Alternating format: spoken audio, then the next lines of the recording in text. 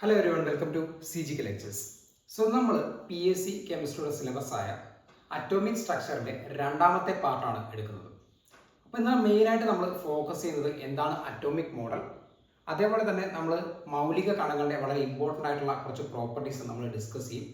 അതേപോലെ വളരെ പ്രധാനപ്പെട്ട കുറച്ച് ടേംസ്, അതായത് മാസ് നമ്പർ, അറ്റോമിക് നമ്പർ, എന്താണ് ഐസോടോപ്പ്, എന്താണ് ഐസോബാർ എന്ന വളരെ ഇമ്പോർട്ടൻ്റ് ആയിട്ടുള്ള കുറച്ച് ടേംസ് നമ്മൾ ഡിസ്കസ് ചെയ്യും. പിന്നെ നിങ്ങൾക്ക് ഈസി ആയിട്ട് ഓർത്തിരിക്കാനായിട്ട് നമ്മൾ എന്ത് ചെയ്യുന്നുണ്ട്, കുറച്ച് ട്രിക്സും കൂടെ ഈ ഒരു പാർട്ടിൽ നമ്മൾ ഡിസ്കസ് ചെയ്യുന്നതായിരിക്കും. അപ്പോൾ ഇത്രയും കാര്യങ്ങളാണ് നമ്മൾ ഇന്നത്തെ ക്ലാസ്സിൽ ഡിസ്കസ് ചെയ്യുന്നത്. അപ്പോൾ അതിൽ ആദ്യത്തെ ഒരു പാർട്ടാണ് അറ്റോമിക് മോഡൽ എന്താണെന്ന്. Atomic models.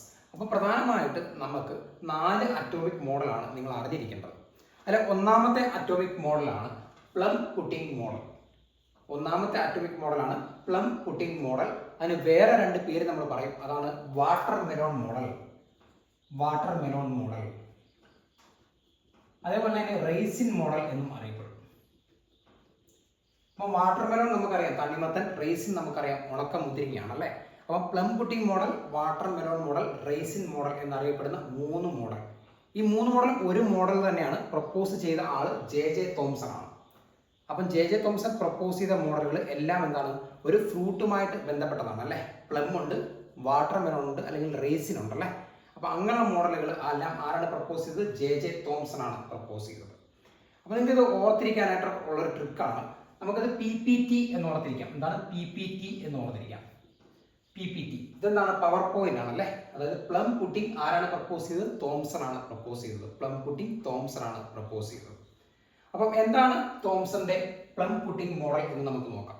അപ്പം തോംസൺ പറയുന്നത് നമ്മളൊരു തണ്ണിമത്തൻ എടുത്തിട്ട് അതിനെ നമ്മൾ നടുക്കൂടെ കീറുകയാണെങ്കിൽ ആ തണ്ണിമത്തൻ്റെ അകത്ത് എന്തുകൊണ്ട് ഒരു ചുമന്ന പാർട്ടുണ്ട് അല്ലേ. ആ ഒരു ചുമന്ന പാർട്ടാണ് ഒരു ആറ്റത്തെ സംബന്ധിച്ചിടത്തോളം അതിൻ്റെ പോസിറ്റീവ് ചാർജ് എന്ന് പറയുന്നത്.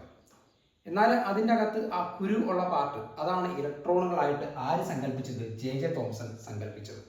അതുകൊണ്ടാണ് അദ്ദേഹം അതിന് വാട്ടർ മെലോൺ മോഡൽ, അല്ലെങ്കിൽ പ്ലം പുഡിംഗ് മോഡൽ, അല്ലെങ്കിൽ റൈസിൻ മോഡൽ എന്ന് പേര് കൊടുത്തത്.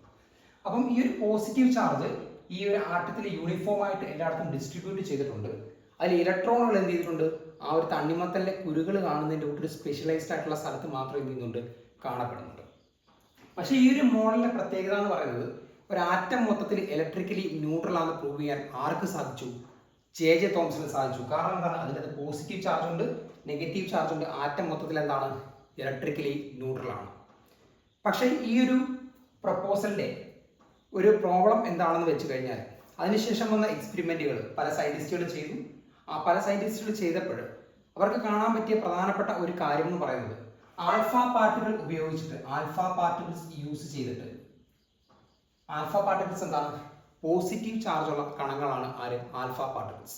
അപ്പം ഒരു ഗോൾഡ് ഫോയിലൂടെ ഒരു ആൽഫ പാർട്ടിക്കിളിനെ പാസ് ചെയ്ത സമയത്ത്, പോസിറ്റീവ് ചാർജുള്ള ആൽഫ പാർട്ടിക്കിളിനെ ഒരു ഗോൾഡ് ഫോയിലൂടെ പാസ് ചെയ്ത സമയത്ത്, അതായത് ഗോൾഡ് ഫോയിൽ എന്താണ്? ഒരു ആറ്റം തന്നെയാണ് അല്ലേ. അപ്പം തോംസന്റെ ആറ്റം മോഡൽ ഇങ്ങനെയാണ്. അവരെന്ത് ചെയ്തു? ഒരു പോസിറ്റീവ് ചാർജിനെ ഇതിലേക്ക് പാസ് ചെയ്തു. പാസ് ചെയ്തപ്പോൾ അവർ ശ്രദ്ധയിൽപ്പെട്ടതെന്ന് പറയുന്നത്, റൂദർഫോർഡാണ് ഈ ഒരു എക്സ്പെരിമെന്റ് നടത്തിയത്. അപ്പോൾ റൂദർഫോർഡിന്റെ ശ്രദ്ധയിൽപ്പെട്ടതെന്ന് പറയുന്നത്, ഇതിലൂടെ ഈ ഒരു പോസിറ്റീവ് ചാർജ് പോകുമ്പോൾ ഈ ഒരു ആറ്റത്തിലൂടെ മോസ്റ്റ് ഓഫ് ദ ആ ഒരു ആൽഫ പാർട്ടിക്കിൾസ് എന്ത് ചെയ്യുന്നുണ്ട്? ഒരു ഡിഫ്ലക്ഷനും ഇല്ലാണ്ട് എന്ത് ചെയ്യുന്നുണ്ട്? കടന്നു പോകുന്നുണ്ട്. അവരെല്ലാം ഇതിലെ കൂടെ വന്നവരെല്ലാം എന്ത് ചെയ്യുന്നുണ്ട്? ഇപ്പുറത്തേക്ക് പോകുന്നുണ്ട്. അവരെന്ത് ചെയ്യുന്നില്ല? അവരുടെ പാത്തിന് ഒരു വ്യതിയാനം ഉണ്ടാവുന്നില്ല എന്ന്. അതിൻ്റെ അർത്ഥം എന്താണ്? അവരുടെ പാത്തിന് ഒരു വ്യതിയാനം ഉണ്ടാവുന്നില്ല എന്നുള്ളതിൻ്റെ അർത്ഥം എന്താണ്? അതായത് ആറ്റത്തിൻ്റെ അകത്ത് മോസ്റ്റ് സ്പേസും എന്താണ്? എംപ്റ്റി ആണ്, ശൂന്യമാണ്. അതുകൊണ്ടാണ് എന്ത് ചെയ്യുന്നത്? ഒരു പോസിറ്റീവ് ചാർജ് ആൽഫ കണങ്ങൾ വരുമ്പോൾ അവർ ഈസി ആയിട്ട് ഇപ്പുറത്തേക്ക് പോകുന്നത്. എന്നിട്ട് ചില ആൽഫ റേസ് മാത്രം എവിടെയോ തട്ടി എന്ത് ചെയ്യുന്നുണ്ട്? തിരിച്ച് ഡിഫ്ലക്റ്റ് ചെയ്യുന്നതായിട്ട് ആര് കണ്ടു? നമ്മുടെ റൂദർഫോർഡ് കണ്ടു. അതിനർത്ഥം എന്ന് പറയുന്നത്, ആ ഒരു പോസിറ്റീവ് ചാർജ് അല്ലെ, ഒരേ ചാർജുള്ള വസ്തുക്കൾ എന്ത് ചെയ്യും? നമ്മൾ പറഞ്ഞു റിപ്പൽ ചെയ്യും എന്ന് പറഞ്ഞു അല്ലേ. അപ്പം ആ ഒരു പോസിറ്റീവ് ചാർജ് എവിടെ ഒരു പെർട്ടിക്കുലർ ഏരിയയിൽ മാത്രമാണ് കോൺസെൻട്രേറ്റ് ചെയ്യുന്നതെന്നും ആറ്റത്തിന്റെ ബാക്കി എല്ലാ സ്ഥലങ്ങളും എന്താണ്? ശൂന്യമാണെന്നും ആര് പറഞ്ഞു? റൂദർഫോർഡ് പറഞ്ഞു. ആ ഒരു നിഗമനത്തിലാണ് റൂദർഫോർഡ് തന്റെ പ്ലാനറ്ററി മോഡൽ, അല്ലെങ്കിൽ സൗരയൂഥ മോഡൽ കൊണ്ടുവന്നത്. അപ്പം ഇതാണ് പ്ലാനറ്ററി മോഡൽ. അപ്പോൾ പ്ലാനറ്ററി മോഡൽ അദ്ദേഹം പറഞ്ഞത്, ആ ഒരു പോസിറ്റീവ് ചാർജ് നമ്മുടെ JJ തോംസൺ പറഞ്ഞതിൻ്റെ കൂട്ട് മൊത്തത്തിൽ സ്പ്രെഡ് ചെയ്ത് കിടക്കുകയല്ല ചെയ്യുന്നത്, ഒരു പ്രത്യേക റീജിയനിൽ മാത്രം കോൺസെൻട്രേറ്റ് ചെയ്യുന്നു. ആ ഒരു കോൺസെൻട്രേറ്റ് ചെയ്യുന്ന ആ ഒരു റീജിയന് അദ്ദേഹം ഒരു പേരും ഇട്ടു. ആ പേരാണ് എന്ത്? ന്യൂക്ലിയസ് എന്ന് പറയുന്നത്. ആ PSCക്ക് നിങ്ങൾക്ക് ചോദിക്കാം, ഒരു ആറ്റത്തിന്റെ കേന്ദ്രം എന്താണെന്ന് ചോദിച്ചാൽ എന്താണ്? ന്യൂക്ലിയസ് ആണ് എന്ത് ഒരു ആറ്റത്തിന്റെ കേന്ദ്രം എന്ന് പറയുന്നത്. 1911 റൂദർഫോർഡ് ന്യൂക്ലിയസ് കണ്ടുപിടിക്കുന്നത്. ഏത് വർഷമാണ്? 1911 റൂദർഫോർഡ് ന്യൂക്ലിയസ് കണ്ടുപിടിക്കുന്നത്. അതിനുശേഷം നിങ്ങൾ അറിയേണ്ടത് 1920 റൂദർഫോർഡ് പ്രോട്ടോൺ കണ്ടുപിടിക്കുന്നത്. 1920 റൂദർഫോർഡ് പ്രോട്ടോൺ കണ്ടുപിടിക്കുന്നത്. 1911 റൂദർഫോർഡ് ന്യൂക്ലിയസ് കണ്ടുപിടിക്കുന്നത്. അപ്പോൾ റൂദർഫോർഡ് പറഞ്ഞതെന്ന് പറഞ്ഞു കഴിഞ്ഞാൽ ഒരു പോസിറ്റീവ് ചാർജ് ഒരു ആറ്റത്തിന്റെ സെൻട്രലാണ് കോൺസെൻട്രേറ്റ് ചെയ്യുന്നതെന്നും അതിനെ നമുക്ക് ന്യൂക്ലിയസ് എന്ന് വിളിക്കാമെന്നും പറഞ്ഞു. അതിനുശേഷം ആ ഇലക്ട്രോണുകൾ ആ ഒരു പോസിറ്റീവ് ന്യൂക്ലിയസിലെ ഒരു പോസിറ്റീവ് ചാർജുള്ള ന്യൂക്ലിയസിന് ചുറ്റും നമ്മുടെ സൂര്യന് ചുറ്റും ഗ്രഹങ്ങൾ കടന്ന് കറങ്ങുന്നതിന്റെ കൂട്ട്. ഓക്കെ, ഒരു സൗരയുധം നിങ്ങൾ ഓർത്തെടുത്ത് കഴിഞ്ഞാൽ ആ ഒരു രീതിയിലാണ് ആ ഒരു നെഗറ്റീവ് ചാർജ് ആ ഒരു ന്യൂക്ലിയസിന് ചുറ്റും കിടന്ന് കറങ്ങുന്നതെന്ന് ആര് പറഞ്ഞു? റൂദർഫോർഡ് പറഞ്ഞു. അതുകൊണ്ടാണ് റൂദർഫോർഡ് ആ മോഡലിന് പ്ലാനറ്ററി മോഡൽ അല്ലെങ്കിൽ സൗരയുധ മോഡൽ എന്ന് പേര് നൽകിയത്. അപ്പോൾ 2 മോഡൽ നമ്മൾ പഠിച്ചു. പ്ലം പുട്ടിംഗ് മോഡൽ PPT എന്ന് ഓർത്ത് വെക്കാം. പ്ലം പുട്ടിംഗ് തോംസന്റെ ആണ് ആ ഒരു മോഡൽ പ്രപ്പോസ് ചെയ്തു അല്ലെ. രണ്ടാമത് പ്ലാനറ്ററി മോഡൽ അല്ലെങ്കിൽ സൗരയുധ മോഡൽ പ്രപ്പോസ് ചെയ്തത് എർണസ്റ്റ് റൂദർഫോർഡ് ആണ്. എന്ത് എക്സ്പെരിമെന്റ് വഴി എന്ന് നിങ്ങൾ ഓർക്കണം? ഗോൾഡ് ഫോയിൽ എക്സ്പെരിമെന്റ് ആണ്. ഗോൾഡ് ഫോയിൽ എക്സ്പെരിമെന്റ് ആണ്. ആ എക്സ്പെരിമെന്റ് യൂസ് ചെയ്ത കണങ്ങൾ എന്താണ്? ആൽഫ പാർട്ടിക്കിൾ ആണ്. ഏതാണ്? ആൽഫ പാർട്ടിക്കിൾ ആണ്. അപ്പോൾ റൂദർഫോർഡിനെ പറ്റി പറയുമ്പോൾ നിങ്ങൾ അറിയേണ്ട പ്രധാനപ്പെട്ട 3 കാര്യങ്ങളാണ്. ഒന്ന്, ന്യൂക്ലിയസ് കണ്ടുപിടിച്ചത് ആരാണ്? റൂദർഫോർഡ് ആണ്. ഏത് വർഷം? 1911. പിന്നെ പ്രോട്ടോൺ കണ്ടുപിടിച്ചത് ആരാണ്? റൂദർഫോർഡ് ആണ്. ഏത് വർഷം? 1920. പിന്നെ മൂന്നാം പറയേണ്ടത് ആൽഫ പാർട്ടിക്കിൾസും കണ്ടുപിടിച്ചത് ആരാണ്? റൂദർഫോർഡ് ആണ് കേട്ടോ. അങ്ങനെ 3 കാര്യങ്ങൾ. റൂദർഫോർഡ് ആൽഫ പാർട്ടിക്കിൾസ് കണ്ടുപിടിച്ചു, പ്രോട്ടോൺ കണ്ടുപിടിച്ചു, ന്യൂക്ലിയസ് കണ്ടുപിടിച്ചു. ഇനി അത് ഓർത്തിരിക്കാനായിട്ട് നിങ്ങൾക്ക് ERN ഓർത്ത് വെക്കാം. എന്താണ്? എർണസ്റ്റ് റൂദർഫോർഡ് ആണ് എന്ത് കണ്ടുപിടിച്ചത്? ന്യൂക്ലിയസ് കണ്ടുപിടിച്ചത്. എർണസ്റ്റ് റൂദർഫോർഡ് ആണ് ന്യൂക്ലിയസ് കണ്ടുപിടിച്ചത്.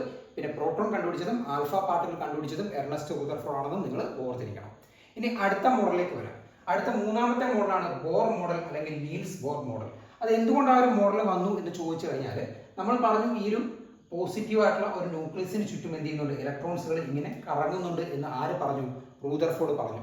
പക്ഷേ ഈ ഒരു മോഡലിന്റെ ഒരു പ്രത്യേകത, ഒരു പ്രശ്നം എന്താന്ന് വെച്ച് കഴിഞ്ഞാൽ നിങ്ങൾക്കറിയാം, ഒരു നെഗറ്റീവ് ചാർജ് ഒരു പോസിറ്റീവ് ചാർജിന് ചുറ്റും കുറേ നേരം ഇങ്ങനെ സർക്കുലർ മോഷനിൽ സഞ്ചരിക്കുമ്പോൾ ആ ഒരു നെഗറ്റീവ് ചാർജിന്റെ എനർജി എന്ത് ചെയ്യും? നഷ്ടപ്പെടും. അങ്ങനെ കുറേ നേരം കഴിയുമ്പോൾ ആ നെഗറ്റീവ് ചാർജ് ഇതിലേക്ക് വന്ന് പതിക്കണം.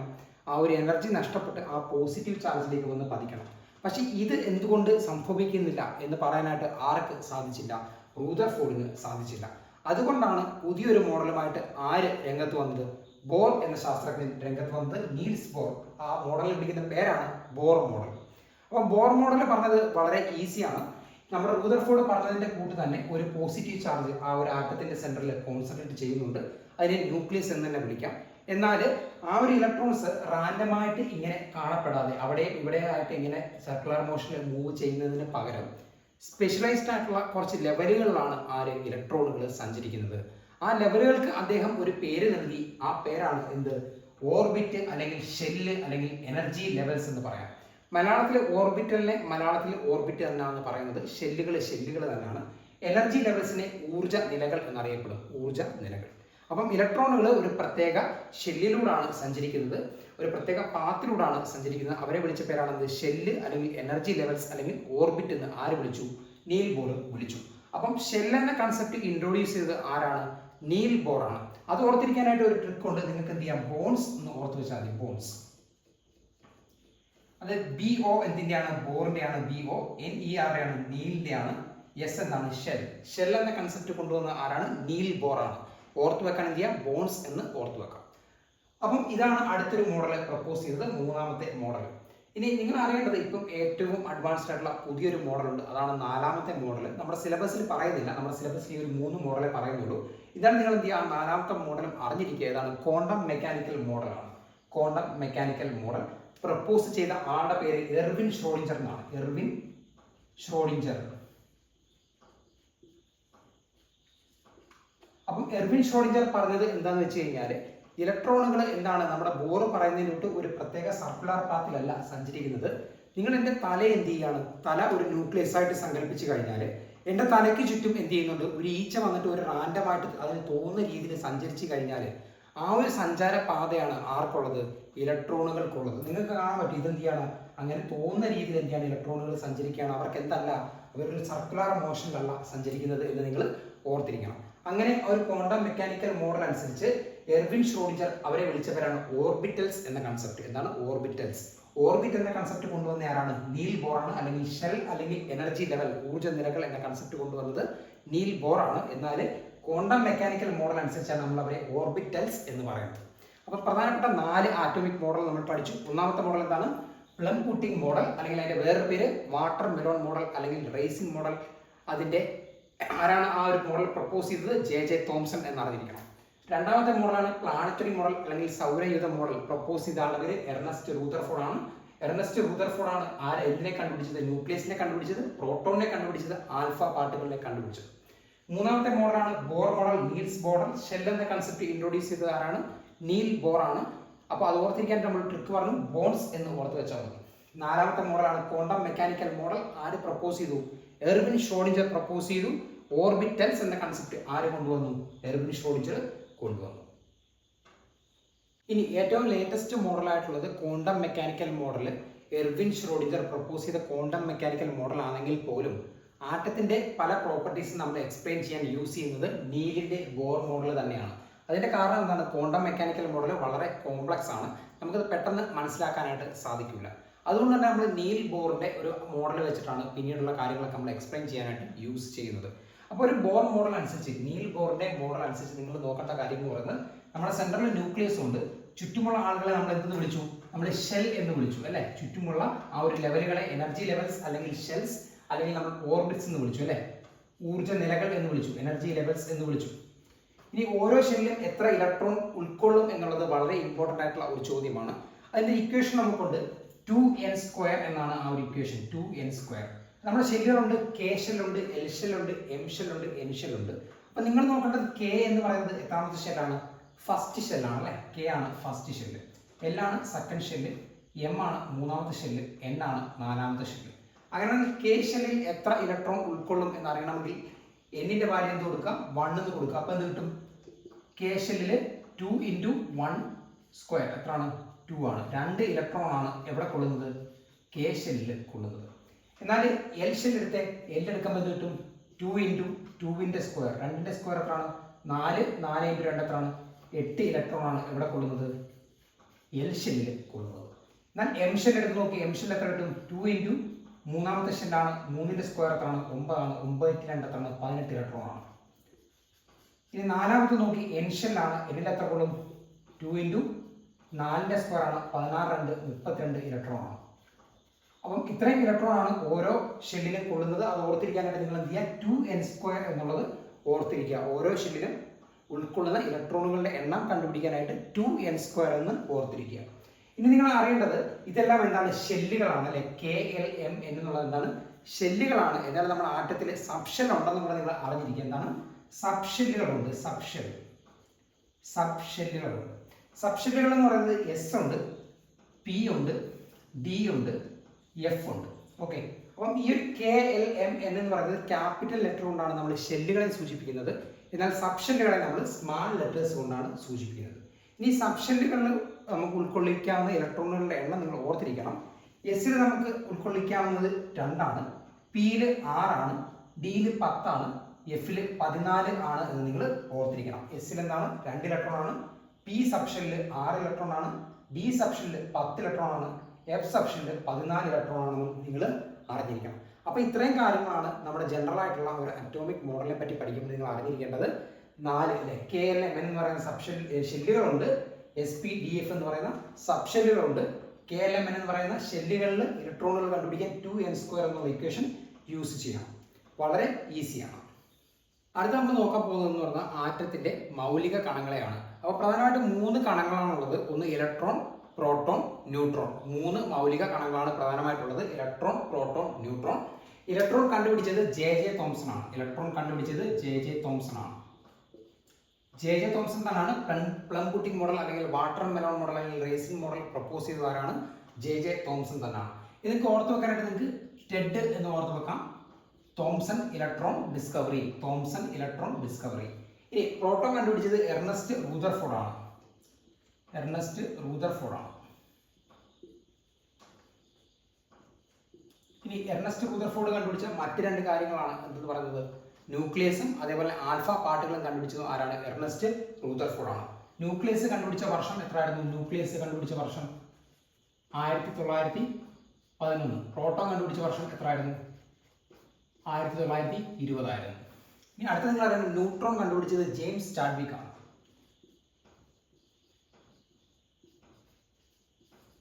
ജെയിംസ് ചാഡ്വിക് ആണ് ന്യൂട്രോൺ കണ്ടുപിടിച്ചത്. നിങ്ങൾക്ക് ഓർത്ത് വെക്കാനായിട്ട് നിങ്ങൾക്ക് ചാൻ എന്ന് ഓർത്ത് വെക്കാം. CHA എന്ന് പറയുന്നത് ചാഡ്വിക്കിന്റെ ആണ്, N എന്ന് പറയുന്നത് ന്യൂട്രോണിന്റെ ആണ്. ചാൻ എന്ന് ഓർത്ത് വെക്കാൻ ജെയിംസ് ചാഡ്വിക് ആണ് ന്യൂട്രോൺ കണ്ടുപിടിച്ചത്. രണ്ടാമത് നമ്മൾ അവരുടെ മാസ് ആണ് ചെക്ക് ചെയ്യുന്നത്, എത്രമാത്രം അവർക്ക് ഭാരം ഉണ്ട് എന്നുള്ളതാണ്. ഇലക്ട്രോണിന്റെ ഇലക്ട്രോണിന്റെ ഭാരം എന്ന് പറയുന്നത് 9.1 × 10⁻31 കിലോഗ്രാം ആണ്. ഓക്കെ, ഇനി പ്രോട്ടോണിന്റെ ഭാരം എന്ന് പറയുന്നത് 1.6726 × 10⁻27 കിലോഗ്രാം ആണ്. ഈ ന്യൂട്രോണിന്റെ വെയിറ്റ് എന്ന് പറയുന്നത് 1.6749 × 10⁻27 കിലോഗ്രാം ആണ്. അപ്പോൾ നിങ്ങൾക്കറിയാം ഇവരെ മൂന്ന് പേരെ നമ്മൾ കമ്പയർ ചെയ്യുമ്പോൾ ഏറ്റവും വലിയ മൗലിക കണം എന്ന് പറയുന്നത് ആരാണ്? ഇത് 726 ആണ്, ഇത് 749 ആണ്. ന്യൂട്രോൺ ആണ് ഏറ്റവും വലിയ കണം എന്ന് പറയുന്നത്. ഓക്കെ, ന്യൂട്രോൺ ആണ് ഏറ്റവും വലിയ മൗലിക കണം. ഒരു ആറ്റത്തിലുള്ള ഏറ്റവും വലിയ മൗലിക കണം എന്ന് പറയുന്നത് ആരാണ്? ന്യൂട്രോൺ ആണ്. ഏറ്റവും ചെറുത് ആരാണ്? 10⁻31 ഉള്ള ഇലക്ട്രോൺ ആണ് എന്ത്? ഏറ്റവും ചെറിയ കണം എന്നറിയപ്പെടുന്നത് ഇലക്ട്രോണും ഏറ്റവും വലിയ കണം എന്നറിയപ്പെടുന്നത് ന്യൂട്രോണുമാണ്. ഇവർ തമ്മിൽ ചെറിയൊരു വ്യത്യാസമേ ഉള്ളൂ, പക്ഷെ ആരാണ് വലുത്? നമ്മുടെ ന്യൂട്രോൺ ആണ് വലുത്. അടുത്തത് നമ്മൾ നോക്കേണ്ടതാണ് ചാർജ്. ചാർജ് നോക്കുമ്പോൾ ഇലക്ട്രോണിന്റെ ചാർജ് എന്ന് പറയുന്നത് മൈനസ് ചാർജ് ആണ്. ഇലക്ട്രോണിന്റെ നെഗറ്റീവ് ചാർജ് ആണ് നിങ്ങൾ അറിഞ്ഞിരിക്കണം. ഇലക്ട്രോണിന് നെഗറ്റീവ് ചാർജ് ആണ്. -1.6 × 10⁻19 കൂളോം ആണ്. കൂളോം ചാർജിന്റെ യൂണിറ്റ് ആണ് കൂളോംബ്. അപ്പോൾ -1.6 × 10⁻19 കൂളോം ആണ് ഇലക്ട്രോണിന്റെ ചാർജ്. എന്നാൽ പ്രോട്ടോണിന് പോസിറ്റീവ് ചാർജ് ആണുള്ളത്. കാരണം പ്രോട്ടോൺ പി എന്ന് ഓർത്ത് വെച്ചാൽ പ്രോട്ടോൺ പോസിറ്റീവ് ചാർജ് ആണുള്ളത്. അതെന്ന് പറയുന്നത് +1.6 × 10⁻19 കൂളോംബ് തന്നെയാണ്. ഇലക്ട്രോണിന്റെ അതേ ചാർജാണ്, ആ ഒരു സൈന് മാത്രമേ ഉള്ളൂ വ്യത്യാസം. ഇനി ന്യൂട്രോണിനെ സംബന്ധിച്ചുള്ള ന്യൂട്രോണിന്റെ ചാർജ് ഇല്ല എന്നുള്ളതാണ്. ഇനി അടുത്ത നമ്മൾ മാസ് പഠിച്ചു, ചാർജ് പഠിച്ചു, ഡിസ്കവറി പഠിച്ചു അല്ലേ? ഇത്രയും കാര്യങ്ങളാണ് നിങ്ങൾ ഓർത്തിക്കേണ്ട പ്രധാനമായിട്ടും. ഇലക്ട്രോൺ കണ്ടുപിടിച്ചത് J.J. തോംസൺ, പ്രോട്ടോൺ കണ്ടുപിടിച്ചത് എർണസ്റ്റ് റൂദർഫോർഡ്, ന്യൂട്രോൺ കണ്ടുപിടിച്ചത് ജെയിംസ് ചാഡ്വിക്. മാസ് ഇലക്ട്രോണിനാണ്. ഏറ്റവും കുറഞ്ഞ എന്തുള്ളത്? ഏറ്റവും ചെറിയ കണിക എന്ന് പറയുന്നത് ഇലക്ട്രോൺ ആണ്. ഏറ്റവും വലിയ കണിക എന്ന് പറയുന്നത് ആരാണ്? ന്യൂട്രോൺ ആണ്. ന്യൂട്രോണിന് ചാർജ് ഇല്ല. പ്രോട്ടോണിന്റെ ചാർജ് പോസിറ്റീവ് ചാർജ് ആണ്. ഇലക്ട്രോണിന്റെ ചാർജ് എന്താണ്? നെഗറ്റീവ് ചാർജ് ആണെന്ന് അറിയണം. ഇനി നമുക്ക് കോമൺ ആയിട്ട് PSC പണ്ട് മുതലേ യൂസ് ചെയ്യുന്ന ഒരു ട്രിക്കാണ്. എന്ന് വെച്ചാൽ പെൻ എന്ന് ഓർത്ത് വെക്കാൻ. നിങ്ങൾക്ക് പെൻ, അതായത് പ്രോട്ടോൺ, ഇലക്ട്രോൺ, ന്യൂട്രോൺ, നമ്മൾ എന്ത് ചെയ്യുക? KSRTC എന്ന് എഴുതുക. ഓക്കെ, ഈ ഒരു KS അങ്ങ് റിമൂവ് ചെയ്താൽ നമുക്ക് എന്ത് കിട്ടും? പ്രോട്ടോൺ കണ്ടുപിടിച്ചത് റൂദർഫോർഡ്, ഇലക്ട്രോൺ കണ്ടുപിടിച്ചത് തോംസൺ, ന്യൂട്രോൺ കണ്ടുപിടിച്ചത് ചാഡ്വിക് എന്ന് നിങ്ങൾക്ക് വളരെ ഈസി ആയിട്ട് ഓർത്തിരിക്കാൻ പറ്റും. അപ്പോൾ ഇത്രയും കാര്യങ്ങളാണ് ഇവരുടെ ബേസിക് ആയിട്ടുള്ള കുറച്ച് പ്രത്യേകതകൾ. അത് എന്ത് ചെയ്യുക? പരീക്ഷയ്ക്ക് കറക്റ്റായിട്ട് നിങ്ങൾ അറിഞ്ഞിരിക്കണം. ഇനി ഒരു കാര്യം കൂടെ ചോദിക്കാം. ചിലപ്പോൾ നിങ്ങൾക്ക് പരീക്ഷയ്ക്ക് എന്ത് ചെയ്യാം? ഈ ഒരു നമ്മുടെ ഈ ഇലക്ട്രോണിന്റെ മാസ് അല്ലേ എത്രയാണ്? 9.1 × 10⁻31 കിലോഗ്രാമിനാണ് തന്നിരിക്കുന്നത്. എന്നാൽ കിലോഗ്രാമിന് ചിലപ്പോൾ നമുക്ക് ഗ്രാമിലാക്കിയായിരിക്കും അവർ തരുന്നത്. അങ്ങനെയാണെങ്കിൽ നിങ്ങൾ എന്ത് ചെയ്യണം? നിങ്ങൾക്കറിയാം 1000 ഗ്രാമാണ് എന്ന് പറയുന്നത് ഒരു കിലോഗ്രാം എന്ന് പറയുന്നത്. അപ്പം കിലോഗ്രാമിനെ ഗ്രാമിലാക്കണമെങ്കിൽ നിങ്ങൾ എന്ത് ചെയ്യുക? അതിനെ 10⁻3 കൊണ്ട് എന്ത് ചെയ്യുക? മൾട്ടിപ്ലൈ ചെയ്യുക. അപ്പോൾ നിങ്ങൾക്ക് 9.1 × 10⁻31 ആണെന്നാണ് തരുന്നതെങ്കിൽ ×10⁻3 എത്രയാണ്? എങ്ങനെ ചെയ്യാം? ഇവിടെ മൈനസ് ആയിട്ട് രണ്ടുപേരും തമ്മിൽ കുറച്ചിട്ട് വലുതിന്റെ ചിഹ്നം ഇടണം. രണ്ടുപേരെയും തമ്മിൽ കുറച്ചിട്ട് വലുതിന്റെ ചിഹ്നം ഇടണം. അത് നോക്കിയേ, 9.1 × 10⁻2 31 3 കുറച്ച് എത്രയാണ്? 28 ആണ്. വലുതിന്റെ ചിഹ്നം ഏതാണ്? മൈനസ് ആണ്, ഗ്രാം ആണ്. അപ്പോൾ 9.1 × 10⁻28 ഗ്രാം ആണ് എന്ന് പറയുന്നത്. ഇലക്ട്രോണിന്റെ മാസ് നമ്മൾ എന്തിലെടുത്തു കഴിഞ്ഞാൽ ഗ്രാമിൽ എടുത്തു കഴിഞ്ഞാൽ, അപ്പോൾ പരീക്ഷയ്ക്ക് ഒരു ഗ്രാമിലായിരിക്കും ഓപ്ഷനിൽ തരുന്നത്. അപ്പോൾ നിങ്ങൾ -31 കണ്ടില്ല എന്ന് പറഞ്ഞിട്ട് എന്ത് ചെയ്യരുത്? ഉത്തരം എഴുതാണ്ട് ഇരിക്കരുത്. അപ്പോൾ ഒരു ഗ്രാമിലാക്കണം എന്ത് ചെയ്യുക? 10⁻3 കൊണ്ട് മൾട്ടിപ്ലൈ ചെയ്യുക. നമ്മൾ പഠിക്കാൻ പോകുന്ന 2 ടേമാണ്, വളരെ ഇമ്പോർട്ടൻ്റ് ആണ്. ഒന്ന് atomic number.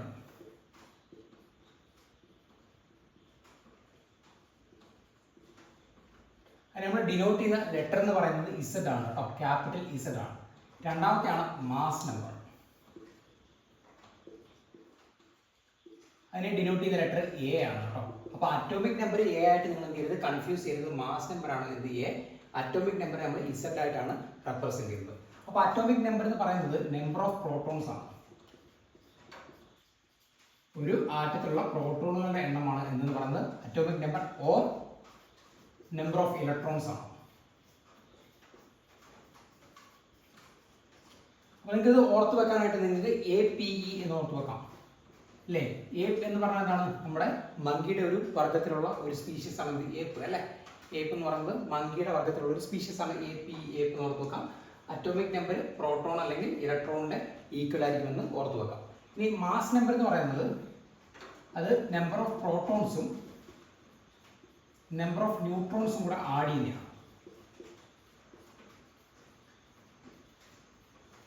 Okay, atomic number എന്ന് പറയുന്നത് നമ്പർ ഓഫ് പ്രോട്ടോൺസ് അല്ലെങ്കിൽ നമ്പർ ഓഫ് ഇലക്ട്രോൺസിന് ഈക്വൽ ആയിരിക്കും. മാസ് നമ്പർ എന്ന് പറയുന്നത് number of protons plus number of ന്യൂട്രോൺസിന് ഈക്വൽ ആയിരിക്കും. ഇനി നിങ്ങൾ നോക്കിയ നമ്പർ ഓഫ് പ്രോട്ടോൺസ് എന്താണ്? നമ്പർ ഓഫ് പ്രോട്ടോൺസ് എന്തിന് ഈക്വൽ ആയിരിക്കും? അറ്റോമിക് നമ്പറിന് ഈക്വൽ ആയിരിക്കും. അപ്പൊ മാസ് നമ്പർ എന്ന് പറഞ്ഞാൽ നമുക്ക് എങ്ങനെ എഴുതാൻ പറ്റും? അറ്റോമിക് നമ്പർ പ്ലസ് എന്തെന്ന് എഴുതാം? നമ്പർ ഓഫ് ന്യൂട്രോൺസ് എന്ന് എഴുതാം. അങ്ങനെ എഴുതാം. അപ്പൊ ഇത് മാസ് നമ്പർ എന്ന് പറഞ്ഞാൽ എന്താണ്? M ആണ്, ലെറ്റർ M. ഇതെന്താണ്? A ആണ്. ഇതെന്താണ്? ന്യൂട്രോൺസ് N ആണ് അല്ലെ. അപ്പൊ മാൻ ഓർത്ത് വെക്കാം. അതായത് മാസ് നമ്പർ എന്ന് പറയുന്നത് atomic number plus number of neutrons ആണ്. മാൻ എന്ന് ഓർത്ത് വെക്കാം. ഇത് രണ്ടും കൂടെ എങ്ങനെ വരും? A മാൻ എന്ന് വരും. A മാൻ നിങ്ങൾക്ക് ഈസി ആയിട്ട് ഓർത്ത് വെക്കാം. അതായത് അറ്റോമിക് നമ്പർ എന്ന് പറഞ്ഞാൽ പ്രോട്ടോണിന്റെ എണ്ണം അല്ലെങ്കിൽ ഇലക്ട്രോണിന്റെ എണ്ണത്തിന് ഈക്വൽ ആയിരിക്കും.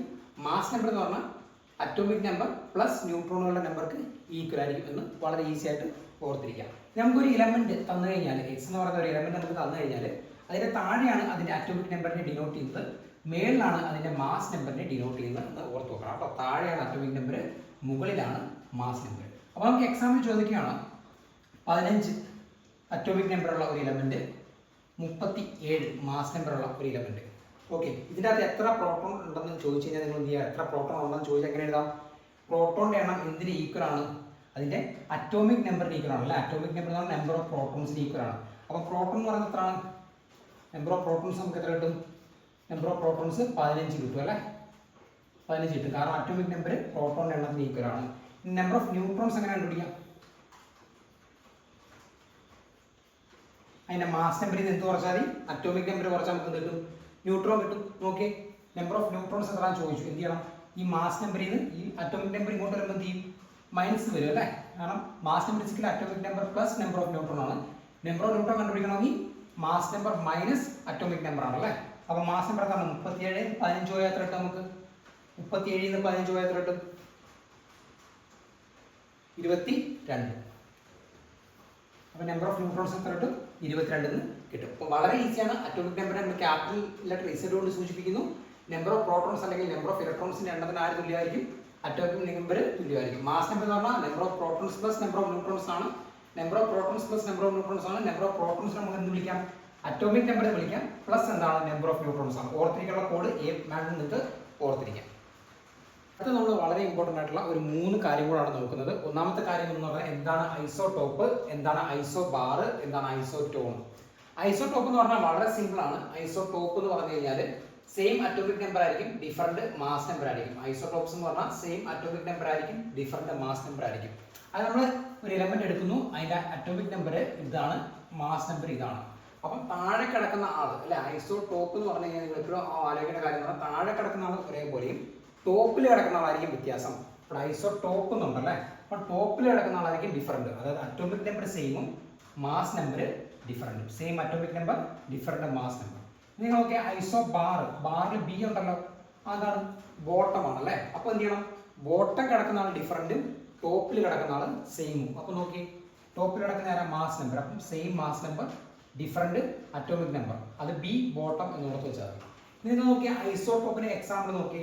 ഐസോടോപ്പ് ഓഫ് ഹൈഡ്രജൻ നിങ്ങൾ കേട്ടിട്ടുണ്ടായിരിക്കും. എന്താണ്? H11 എന്ന് എഴുതിയ എന്താണ്? പ്രോട്ടിയം ആണ്. എന്താണ്? പ്രോട്ടിയം. അതിന്റെ മാസ് നമ്പർ എത്രയാണ്? 1 ആണ്. അറ്റോമിക് നമ്പർ എന്താണ്? സെയിം ആണ് അല്ലേ, 1 ആണ്. പക്ഷെ ഇവിടെ നോക്കി മാസ് നമ്പർ 1 2 3 ആണ്.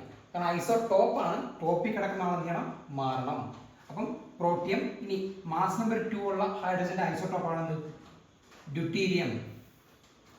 ഇനി മാസ് നമ്പർ 3 ഉള്ള ഹൈഡ്രജന്റെ ഐസോടോപ്പ് ആണ് ട്രിഷ്യം. അപ്പം പ്രോട്ടിയം, ഡ്യൂട്ടീരിയം, ട്രിഷ്യം 3 എണ്ണമാണ് ഹൈഡ്രജന്റെ ഐസോടോപ്പ് നോക്കണം. ഇനി ഐസോബാർ നിങ്ങൾ നോക്കി, ഉദാഹരണം കാണിച്ചിട്ടുണ്ട്, കാൽസ്യവും ആർഗണും. അപ്പൊ ഐസോബാർ ബി എന്ന് പറഞ്ഞാൽ എന്താണ്? ബോട്ടം. ബോട്ടത്തിലുള്ള ആൾ എന്തിരിക്കണം? വ്യത്യാസമായിരിക്കണം. ഇവിടെ നോക്കി 20 18 വ്യത്യാസമാണ്. ടോപ്പിലുള്ള ആൾക്കാർ എന്താണ് സെയിം ആണ്, അവരാണ് എന്ന് പറയുന്നത് ഐസോ ബാർ എന്ന് പറയുന്നത്. ഇനി ഐസോടോൺ എന്ന് പറയുന്നത് നിങ്ങൾ അറിഞ്ഞിരിക്കണം, സെയിം നമ്പർ ഓഫ് ന്യൂട്രോൺസ് ആയിരിക്കും, സെയിം നമ്പർ ഓഫ് ന്യൂട്രോൺസ് ആയിരിക്കും. അതിന് ഐസോടോൺ എന്ന് പറയുന്നത് എന്തുണ്ടാണ് നിങ്ങൾ ഓർക്കുക, ന്യൂട്രോണിനെ പറ്റിയായിരിക്കും പറയുന്നത് എന്ന് ഓർക്കുക. Okay, same number of neutrons ആയിരിക്കും, ഒരേപോലെ ന്യൂട്രോൺസ് ഉണ്ട്, പക്ഷേ ഡിഫറൻറ്റ് നമ്പർ ഓഫ് പ്രോട്ടോൺസ് ആണ്. അതായത് അറ്റോമിക് നമ്പർ എന്തായിരിക്കും, ഡിഫറൻ്റ് ആയിരിക്കും. ഒരേപോലെ പ്രോട്ടോൺ എന്ന് പറഞ്ഞാൽ പ്രോട്ടോണിന്റെ നമ്പർ എന്താണ്, അറ്റോമിക് നമ്പർ ആണ്. അപ്പോൾ അറ്റോമിക് നമ്പർ എന്തായിരിക്കും, ഡിഫറൻ്റ് ആയിരിക്കും, പക്ഷേ ന്യൂട്രോൺ എണ്ണം എന്തായിരിക്കും, സെയിം ആയിരിക്കും. അപ്പോൾ നോക്കി താഴത്തെ രണ്ടിന്റെ അറ്റോമിക് നമ്പർ അല്ലെങ്കിൽ പ്രോട്ടോണിന്റെ നമ്പർ എന്താണ്, വ്യത്യാസമാണ്. ഇനി ന്യൂട്രോൺ നമ്പർ കണ്ടുപിടിക്കാൻ എന്ന് പറഞ്ഞാൽ എന്താണ്, നമ്പർ ഓഫ് ന്യൂട്രോൺസ് എന്ന് പറയുന്നത് എന്താണ്, mass number minus atomic number. അതായത് നമുക്ക് ഇങ്ങനെ പറയാം, മാസ് നമ്പർ നമ്മൾ എന്ത് സൂചിപ്പിച്ചത്, എ മൈനസ് ഇസഡ് എന്ന് എഴുതാം അല്ലേ. അത് എ എത്രയാണ്, 15 മൈനസ് 7 എത്ര കിട്ടി, നൈട്രജന്റെ കേസിൽ 8. ഇനി കാർബണിന്റെ കേസിൽ എത്ര കിട്ടി, 14 മൈനസ് 6 എത്ര കിട്ടി, 8 കിട്ടി. അപ്പോൾ രണ്ടിലും ന്യൂട്രോണിന്റെ എണ്ണം സെയിം അല്ലേ. അപ്പോൾ ഒരേ ന്യൂട്രോണിന്റെ എണ്ണവും ഡിഫറൻറ്റ് പ്രോട്ടോണിന്റെ എണ്ണം അല്ലെങ്കിൽ അവരെ എന്ന് വിളിക്കും, ഐസോടോൺ എന്ന് വിളിക്കും. അപ്പോൾ ഇത്രയും കാര്യങ്ങളാണ് നമുക്ക് ഈ ഒരു സ്ട്രക്ചർ ഓഫ് ആറ്റം എന്ന പാർട്ടിൽ നമ്മുടെ സിലബസിൽ വരുന്ന പ്രധാനപ്പെട്ട കാര്യങ്ങൾ എന്ന് പറയുന്നത്.